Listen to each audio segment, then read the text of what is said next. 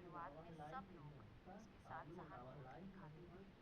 औरतें उसके घर खाना भेजती, लोग हालचाल पूछते, लेकिन वक़्त के साथ साथ सब कुछ बदलने लगा।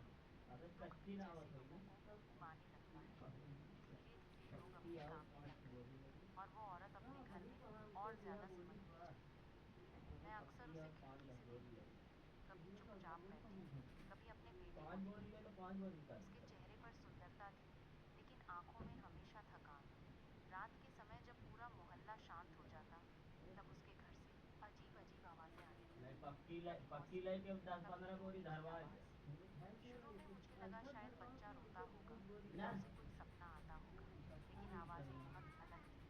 कभी बहुत तेज़ हँसी, कभी ऐसा रोना जैसे लाल दिल वाली फट आलू रहा हो। लेके मैंने कई सफेदे रातें ये वाली आवाज़ें सुनते हुए गुजारी। कभी डर लगता, कभी जिज्ञासा तीन होती। तीन बोरी माँ से धरवा हुआ पूछने की हिम्मत नहीं होती कि बड़े 10 12 अक्सर ऐसी बोरी या बातों को तीन टाल तीन बोरी देते धरवा हैं। हुआ मोहल्ले में तीन भी तीन लोग बोरी फुसफुसाने निकाल लगते थे। कोई कहता वो औरत ठीक नहीं है, कोई कहता दुख ने उसका दिमाग खराब कर दिया है, हाँ लेकिन कोई ये जानने की कोशिश नहीं कर रहा था कि सच क्या है।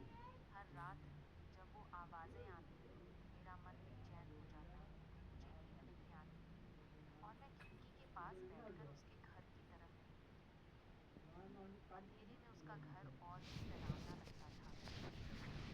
सुबह कुछ दिनों तक मैं बस सुनती रही। फिर एक दिन हिम्मत करके मैंने तय किया कि मैं खुद जाकर देखूंगी। शायद चला इसलिए शहर के कि में मैं वही लड़की साल थी, दे उठी शायद जाते इसलिए नहा क्योंकि की मुझे लगा कि आराम अगर से वो चाहे अकेली है तो उसे किसी की ज़रूरत शुरुआत होगी। में ना लिया शाम का समय था, लाइक धैला उसका बाद बेटा में जाना बाहर नहीं खेल रहा था, जो मुझे अजीब लगा। हाँ मैंने धीरे लेट धीरे जमा उसके करा दरवाजे की घर जाए तरफ तो कदम बढ़ाए। दिल जोर जोर से धड़क रहा था। मेरे मन में डर भी था और एक अजीब सी बेचैनी। मैंने दरवाज़ा खटखटाया। अंदर से कोई आवाज़ नहीं आई। मैंने दोबारा वाह खटखटाया। वाह इस बार थोड़ा कपड़ा तो जोर से। पहन लिया कुछ पल बाद दरवाज़ा खुला हाँ और कपड़वा मेरे पहन सामने लिया वही सुंदर चेहरा, आंखें लाल और का बा सोची। उसने मुझे नंगा ऊपर कैली से नीचे तक देखा, जैसे कपड़ा समझने की पहन लिया कोशिश कर कपड़ा रही हो कि मैं क्यों आई हूँ। मैंने घबराते हुए कहा कि मैं पड़ोस में रहती हूँ कपड़वा और बस पहन लिया ऐसे ही मिलने आ गई। वो कुछ पल चुप रही, फिर बिना कुछ कहे दरवाज़ा पूरा खोल दिया। जैसे ही मैं अंदर गई, मुझे एक अजीब सी ठंडक महसूस हुई। घर में अंधेरा था, पर धूप मची हुई थी और हवा में कुछ भारी सा था। उसका बेटा अंदर रोने भी लगा था। खिलौने उसके सामने पड़े थे, लेकिन वो खेल नहीं रहा था। उसकी आंखें भी अजीब तरह से खाली लग रही थीं। मुझे समझ नहीं आ रहा था कि क्या बोलूं। मैंने इधर उधर नज़र डाली और तभी मेरी नज़र कमरे के अंदरूनी हिस्से पर गई। जो मैंने देखा, उसे देखकर मेरी आंखें भड़कने लगीं। मेरे शरीर में जैसे हाँ झरझराहट दौड़ने लगी। हाँ वो भाई दृश्य ऐसा था जिसकी हाँ मैंने तुम भी कभी करता है कल्पना भी नहीं की थी। मेरा दिल जोर से धड़कने लगा, सांसें तेज हो गईं और मुझे लगा जैसे जमीन मेरे पैरों के नीचे से खिसक गई। उस पल मुझे समझ आ गया हाँ कि रात में आने वाली मौसी और या रोने की दादा भाई आवाज़ें या सच थी। दादा अंदर कुछ भाई बहुत गहरा, बहुत डरावना दादा भाई और बहुत दर्दनाक छुपा हुआ था। या दादा मैं कुछ भाई बोल नहीं पा रही थी, हाँ या मेरे दादा मुंह से भाई आवाज़ नहीं बोला निकल रही थी। वो औरत मेरी तरफ देख रही थी, जैसे इंतज़ार कर रही हो या कि मैं दादा कुछ भाई कहूँ। या उसकी आंखों में शर्म नहीं थी, बस एक अजीब सी बेबसी थी। ऐसा लग रहा था जैसे वो खुद भी इस हालत से थक चुकी हो। उसका बेटा मेरी तरफ देख रहा था, उसकी आंखों में मासूमियत थी, लेकिन साथ ही एक ऐसा सन्नाटा भी जो किसी बच्चे को नहीं होना चाहिए। मुझे उस पल एहसास हुआ कि मैं किसी और की जिंदगी के सबसे अंधेरे हिस्से में हूँ। मेरे दिमाग में हजार सवाल घूमने लगे। क्या ये सब मेरी वजह से हुआ था? क्या वो सच में अकेली थी या कोई और वजह थी जिसे कोई देखना नहीं चाहता? मुझे डर लग रहा था, लेकिन उससे ज्यादा दया आ रही थी। उस औरत की सुंदरता जिसके चर्चे पूरे मोहल्ले में थे, उस पल मुझे किसी भूत जैसी लगी। जैसे सुंदरता ने ही उसकी जिंदगी को और मुश्किल बना दिया हो। मैं वहां से भाग जाना चाहती थी, लेकिन मेरे पैर हिल नहीं रहे थे। कुछ देर बाद उसने बहुत धीमी आवाज में मुझसे पूछा, तुम डर गई हो? मैं झूठ नहीं बोल पाई। मैंने बस सिर हिला दिया। उसकी आंखों में एक अजीब सी मुस्कान आई, जो मुस्कान कम और थकान ज्यादा थी। उसने कहा, सब डर जाते हैं, इसलिए कोई नहीं आता। उस वाक्य ने मुझे अंदर तक हिला दिया। मुझे समझ आ गया कि वो सिर्फ लोगों से नहीं, पूरी दुनिया से कट चुकी थी। और शायद आज पहली बार किसी ने उसे उस हालत में देख लिया था जिसे वो हर रात अकेली जीती थी। उस दिन मैं ज्यादा देर वहां नहीं रुकी। मैं जैसे तैसे बाहर निकली और वो दृश्य मेरे दिमाग से निकल गया। रात को जब मैं अपने बिस्तर पर लेटी तो उसकी हंसी और रोने की आवाजें मेरे कानों में गूंजती रही। मुझे समझ नहीं आ रहा था कि जो मैंने देखा वो किसी को बताऊं या नहीं। अगर बताती तो लोग उसे और बदनाम कर देंगे। अगर नहीं बताती तो शायद मैं भी उसी चुप्पी का हिस्सा बन जाती जिसने उसे इस हालत तक पहुंचा दिया था। उस रात मेरी नींद टूट चुकी थी और मेरे भीतर कुछ बदल चुका था। उस रात के बाद मैं पहले जैसी नहीं रही। सुबह उठती तो वही मोहल्ला, वही रास्ते, वही घर, लेकिन सब कुछ बदला बदला सा लगता था। सामने वाला घर अब सिर्फ एक घर नहीं था, वो मेरे लिए सवाल बन गया था। जब भी उसकी खिड़की की तरफ देखती मुझे उसकी आंखें याद आती, खाली, भटकी, जैसे किसी ने भीतर से सब कुछ छीन लिया हो। उसका बेटा मुझे और भी ज्यादा बेचैन करता था।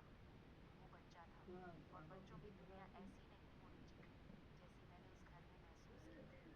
अगले कुछ दिनों तक मैं वहां नहीं गई। डर भी था और उलझन भी, लेकिन रात की आवाजें बंद नहीं हुई।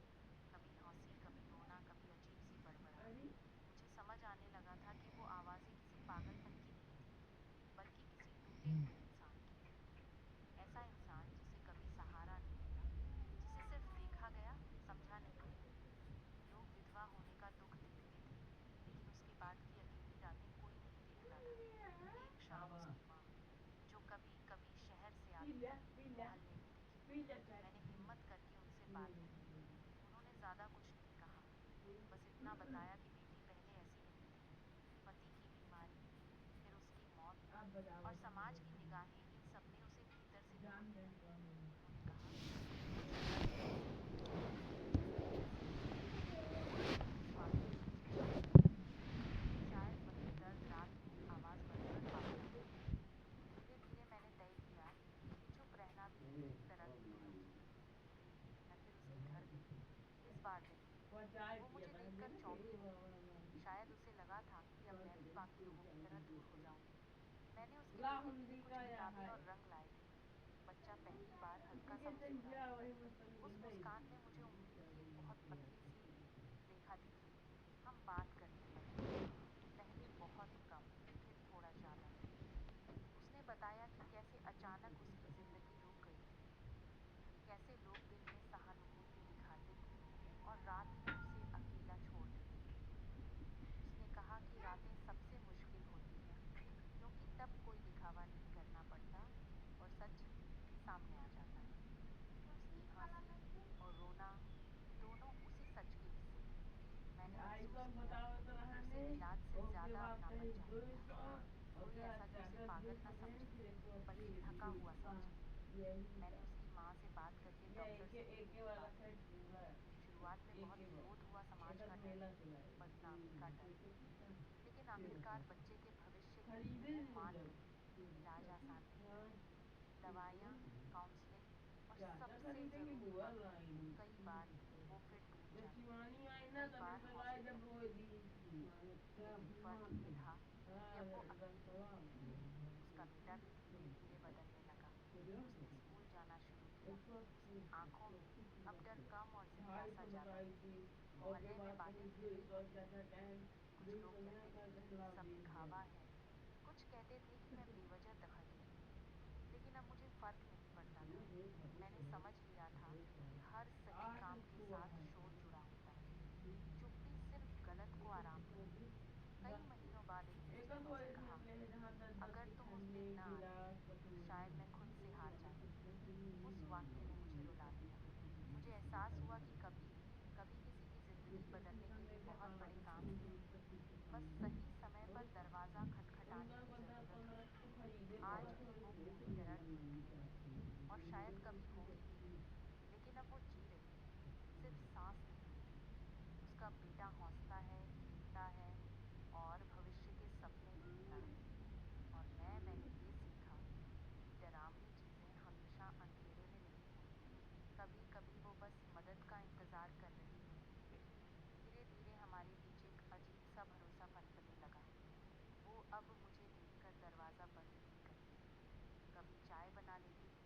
कभी बस चुपचाप बैठी रहती। कई बार हम दोनों बिना बोले ही बहुत कुछ कह देते थे। उसके घर का सन्नाटा अब उतना भारी नहीं लगता था। दीवारों पर टंगी तस्वीरें अब डर नहीं जगाती थी, बल्कि बीते वक्त की गवाही देती थी। उसका बेटा मेरे आने का इंतजार करने लगा था, जैसे मेरी मौजूदगी से उसे यकीन हो जाता हो कि सब कुछ पूरी तरह खत्म नहीं हुआ है। लेकिन हर अच्छी शुरुआत के साथ एक कड़ा इम्तिहान भी आता है। एक रात फिर से वही आवाज़ आई। इस बार पहले से ज़्यादा तेज। मोहल्ले के कुछ लोग इकट्ठा हो गए। बातें बनने लगी, शक बढ़ने लगा। किसी ने कहा, अब बहुत हो गया। किसी ने पुलिस बुलाने की बात की। मैं दौड़कर उसके घर पहुंची। अंदर का माहौल अस्त व्यस्त था, लेकिन कोई खतरा नहीं था।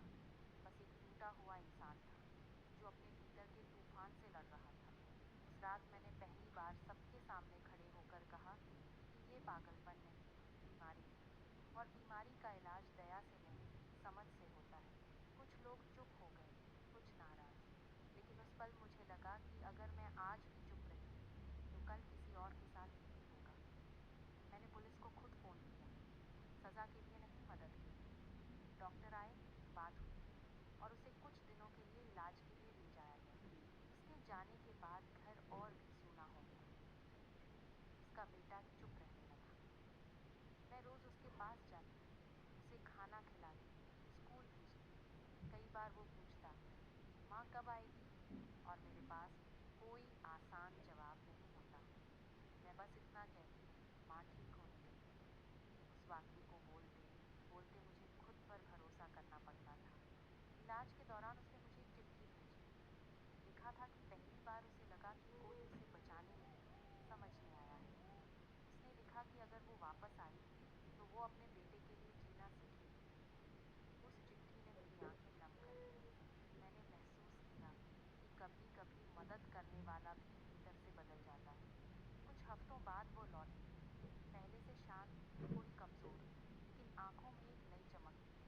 मोहल्ले में वही लोग, वही नज़रें, लेकिन इस बार वो नज़रें उतनी कठोर नहीं थीं। कुछ ने हालचाल पूछा, कुछ ने सिर हिलाकर अभिवादन किया। बदलाव छोटा था, लेकिन साफ था।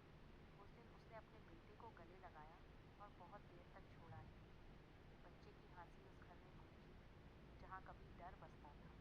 मैंने दूर से वो दृश्य देखा और समझ गई कि हर कहानी का अंत चीख या सन्नाटे से नहीं होता। कुछ कहानियाँ धीरे धीरे सांस लेना सीखती हैं। मोहल्ला आज भी वैसा परफेक्ट नहीं है, बातें आज भी बनती हैं। लेकिन अब अगर रात में कोई आवाज़ आती है, तो लोग डरने से पहले पूछते हैं, सब ठीक है? और यही सबसे बड़ी जीत है। जिंदगी भी बदल गई। मैंने सीखा कि अच्छाई कोई बड़ा काम नहीं, बल्कि सही वक्त पर सही जगह खड़ा होना है। उस पड़ोसन ने मुझे सिखाया कि इंसान का सबसे बड़ा डर अकेलापन है, और सबसे बड़ी दवा किसी का साथ। वो दिन मुझे आज भी साफ याद है। सुबह से ही मन अजीब सा बेचैन था, जैसे कुछ होने वाला हो। मोहल्ले में असामान्य खामोशी थी, न बच्चों की आवाज़, न औरतों की बातें। मैं जैसे ही बाहर निकली, देखा कि उसकी घर की खिड़की खुली हुई है, जबकि वो हमेशा खिड़की बंद रखती थी। दिल जोर से धड़कने लगा। मैं तेज कदमों से उसके घर की तरफ बढ़ी। अंदर का नज़ारा देखकर मेरे पैरों तले ज़मीन खिसक गई। उसका बेटा ज़मीन पर बैठा रो रहा था, और वो खुद कोने में बैठी, आंखें सूनी, चेहरा सफ़ेद, जैसे अंदर से पूरी तरह टूट चुकी हो। उसने मुझे देखा, लेकिन कुछ बोली नहीं। वो चुप्पी डरावनी थी, क्योंकि ये वही चुप्पी थी जो तूफान से पहले आती है। मैं उसके पास बैठ गई, बिना कोई सवाल पूछे। बहुत देर तक हम बस यूं ही बैठे रहे। फिर अचानक वो फूट पड़ी। उसने बताया कि रात को उसके पति की मौत की बरसी थी। वही तारीख, वही रात, वही यादें। अस्पताल की गंध, मशीनों की आवाज़ें,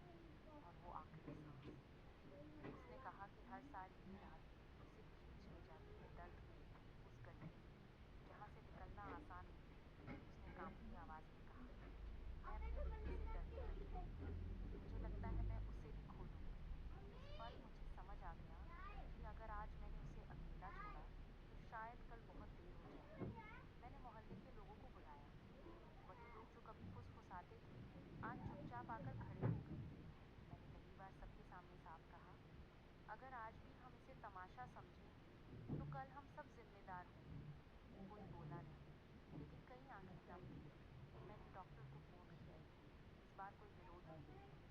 एम्बुलेंस आई और जब उसे ले जाया जा रहा था, उसने मेरा हाथ कसकर पकड़ लिया। उसकी आंखों में डर था, लेकिन उस डर के पीछे भरोसा भी था। उसने सिर्फ इतना कहा, मेरे बेटे को अकेला मत छोड़ना। वो पल मेरे लिए किसी वचन से कम नहीं था। अगले कई दिन मुश्किल थे। उसका बेटा हर रात डर कर उठ जाता। मैं उसे अपने पास सुलाती, कहानियां सुनाती और झूठी हिम्मत बांधकर कहती